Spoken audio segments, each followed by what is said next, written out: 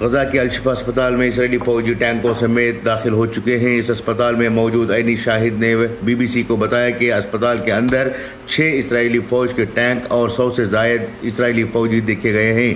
وہ emergency department کے مرکزی گیٹ سے داخل ہوئے۔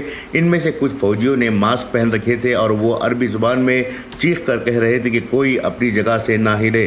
الجزیرہ کے مطابق اسرائیل کا کہنا ہے کہ وہ الشفا اسپتال میں حماس کے خلاف آپریشن کر رہا ہے جب اس کی فورسز نے غزہ شہر میں ہیلتھ کمپلیکس پر چھاپا مارا۔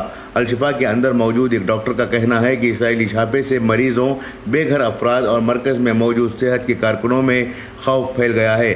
وائٹ ہاؤس نے غزہ کی الشفا اسپتال میں اسرائیلی فوج کے داخلے پر تبصرہ کرتے ہوئے کہا کہ امریکہ میں اسپتال میں فائرنگ اور مسلح لڑائی نہیں دیکھنا چاہتا۔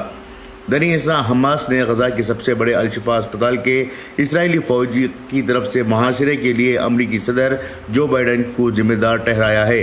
حماس نے کہا ہے کہ اس اسرائیلی اقدام کے امریکی صدر واحد ذمہ دار شخص ہیں۔ خبر رساں ادارے رویٹر کے ترجمے کے مطابق حماس نے اس اسرائیلی قبضے کے لیے صدر بائیڈن اور قابض فوج کو ذمہ دار ٹھہرایا ہے۔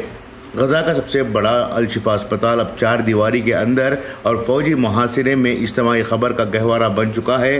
منگل کے روز اسرائیلی فوج کے محاصرے میں اور اسرائیلی نشانچیوں کی گولیوں کی زد میں الشفا اسپتال کے اندر زندہ فلسطینی اجتماعی خبر کو کھود کر اپنے پیاروں کو دفن کر رہے ہیں۔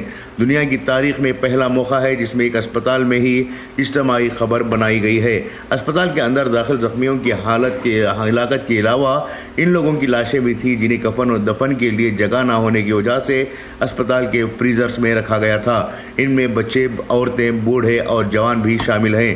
پچھلے کئی دنوں سے اسپتال میں موجود ان کی لاشیں اور اس میں ہر روز ہونے والے اضافے کے باوجود انہیں اسپتال سے باہر لے جا کر تدفین کی صورت پیدا کرنا ممکن نہیں رہا۔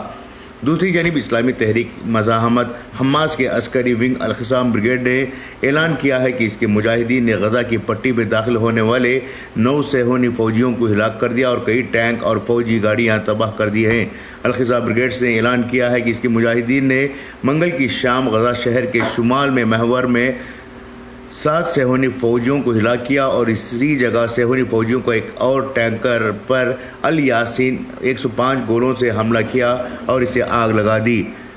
بیورو رپورٹ، انقلاب نیوز، غزہ۔